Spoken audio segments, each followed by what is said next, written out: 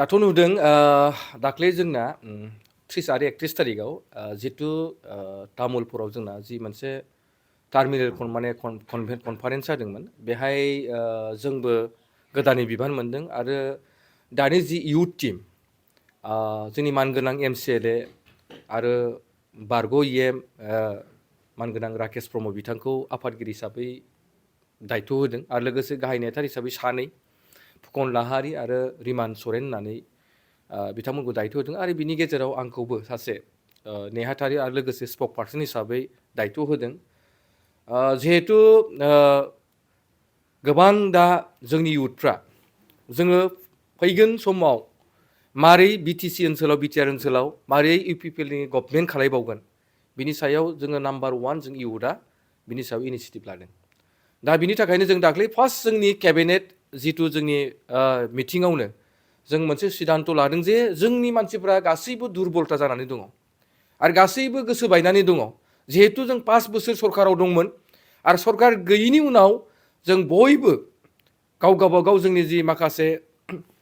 कमिउनिकेशनफ्राबो जोंना गेप जादोंमोन लिडारफोरनि सायाव जोंनि वार्कारफोरनि सायाव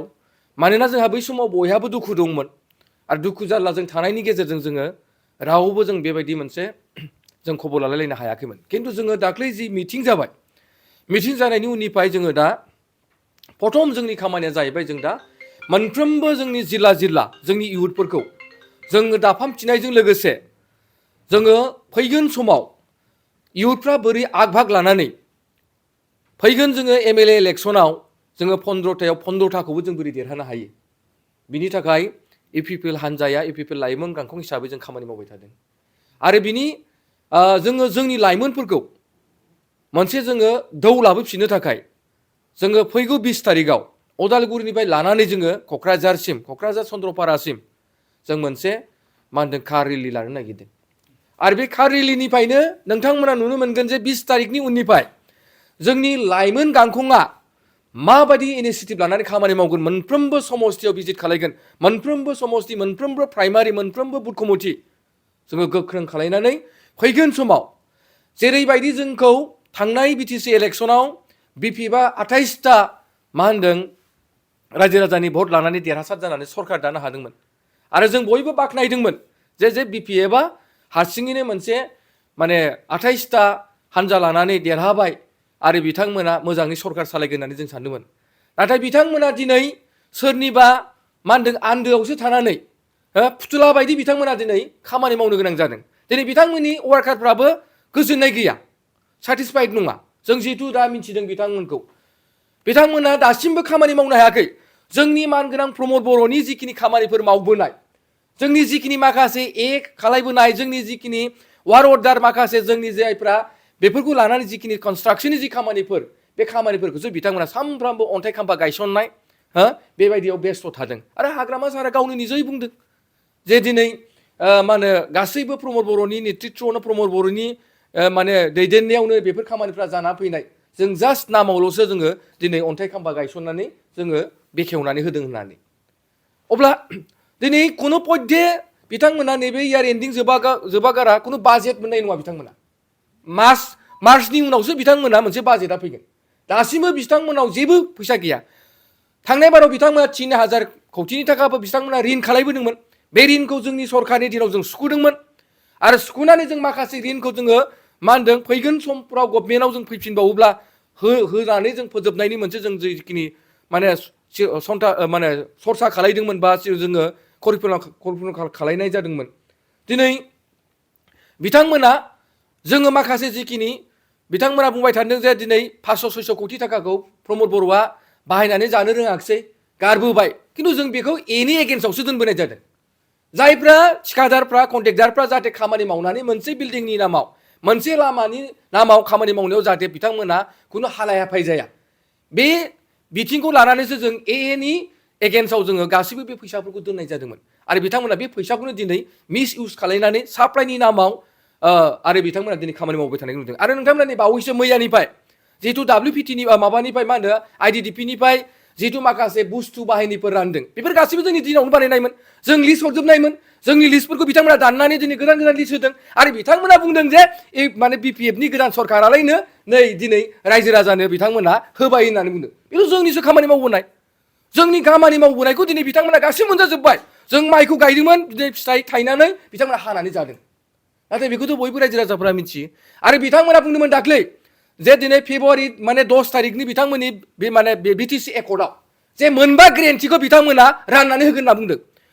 आरो दिनै जों बाजेटआव नुवाखै इयुथफोरनि थाखाय 100 कोटि होगोन होनना बुंदों जों नुवाखै आइजोफोरनि थाखाय बिथांमोना 40 कोटि थाखा होगोन होनना बुंदोंमोन जोंथ' नुवाखै दाख्लै सीएमआ बुंलांबाय 1500 कोटि थाखा बिथांमोननो माने मा होनो 15,000 बिथांमोननो 2 लाख करि बेथ' ट्रिबुल एक्सो बेथ' जोंनि एमएलएफ्रानो होगासिनो दंखायो बिथाङा ओरैबायदि अंक खालायनाय होदों जे 15टा समस्तियाव 1000 करि बिथांमोना ट्रिबुल एक्सखौनो 2 लाख करि होनो नागिरदों बेनो जाबाय हो ट्रिबुल ए मिथिबाय ना ट्रिबुल ए जिथु स्किम दङ 2 लाख करि जायफोरा माने खामानि मोनजानो रोङै मानसिफोरनो जोंनि एमएलएफ्रानो होगासिनो दङ दिनै अरुणादैया दिनै जोंनि एमएलएफोरनिखौ बिथांमोना दिनाय खालायदों जोंनि दिनै एमएलए सिटिंफ्रानो दिनै होगासिनो दंखायो आरो बिथांमोना माखासे जिखिनि बिना लाबोदों बिथांमोना बेखौनो जोंनि हरखानाय जोंनि फैखानाय लिस्टखौनो फैसा खाङै खाङै बिथांमोना दिनै मा खालामदों जों नङाब्ला जोंनि सरकार नङाब्ला नोंथांमोना अरुणादै मोना होननानै बिथांमोना बेबायदि फानजावलाबायनायखौ जों नुनो मोनदों बेनिखायनो खामानि मावनो हायाखै मानोना बिथांमोना मावनो हानायबो नङा गासैबो जोंनि दिनावनो मावजोबखानाय आरो जोंनि मानसिफ्रानो दिनै खामानि मावनानै बिल मोनाखै आरो मारै बिथांमोना खामानि मावनो हागोन मोनसे बिसिडिसियाव जोङो मेटेरियेल्सनि जुदि खामानि मावनांगौबा गैयाब्लाबो जों 20टाल'सो मोनो दा गुथै मेट्रिक्स बिलखौनो होनो हायाखै अबेनिफ्राय बिथांमोना गोदान खामानि मावनो हागोन बिथांमोननि मेम्बार माने बिथांमोननि चेयारमेनफ्रा जेबो दिनैनि दिनाव रायजो राजानि थाखाय खामानि मावनो हायाखै दा बेखौ लानानै रायजो राजाया मोनसे बिग्रायनाय फैदों जे नंगौ बे 5 बोसोराव प्रमद बर'नि सरकारानो मोजांमोन प्रमद बर'आ बे 5 बोसोराव शान्ति परिबेशनि गेजेरजों 26टा जनगोष्ठीनि मानसिफोरखौ मिनि रंजा मा होनदों बिथांमोना बे बिराद माने हेपिनेसनि गेजेरजों खामानि मावबोदों होननानै दिनै बयबो मानसिफोरा दिनै माने जोंनि सिगाङाव बुंदों आं दाख्लै बेरायदोंमोन फिल्डआव जों बेरायगासिनो नुदोंना दाख्लै सानैसो मुस्लिम मानसिफ्रा जोंखौ बुंदों जों दादा এতিয়া আমি মানে রাস্তাত মানে 10টা বাজিলে 7টা বাজিলে আমার ভয় করার এটা মানে সদায় মনত মানে মানে তেনেকা মনোভাব আহে होननानै बुंदों मानो थांनाय जोंनि सरकारनि दिनाव 2टा 3टा जों हरनि समाव जों जेबो जोंनि गेजेराव साननायानो गैयामोन मानोना जोङो दा नै गावनि न'आव सौहैफिनगोन ना फिना माबा मोनसे जागोन नामा लामा ससेयाव जोंनाव नैबे अनुभाबा नैबे 6 मासनि सरकार सालायनायनि गेजेराव जों बे बुस्थुखौ जों दिनै प्रमान नुनो मोनदों आरो नोंथांमोना नुबाय थादों दा ओंखायनो जोंनि 5टा बोसोराव जों मोनसे जि सिन्था खालायदोंमोन जे जोंनि बिटिआर ओनसोलाव 26टा जनगोष्ठी दङ बिथांमोनखौ मोनसे जे डिपार्टमेन्टनि गेजेरजों जों बिथांमोनखौ माब्रैहाय जोंनि बिटिआर ओनसोलाव समानै मोनथाय होनानै बिथांमोना गाव गावनि जाथि हारिखौ फोथांनायाव जेब्लायबो आगबाग लानानै खामानि मावनो हायो बिनि थाखाय प्रमद बर'आ मोजां खामानि मावदोंमोन दा ओंखायनो आं सानो जे जेरैबायदि जोंखौ 28टायाव फेजेनदोंमोन नोंथांमोना एबार नाय जे एमएलए इलेक्सनाव सबसे बांसिन नाम्बार लागोन इउपिपिएल दोलोआ एमएलए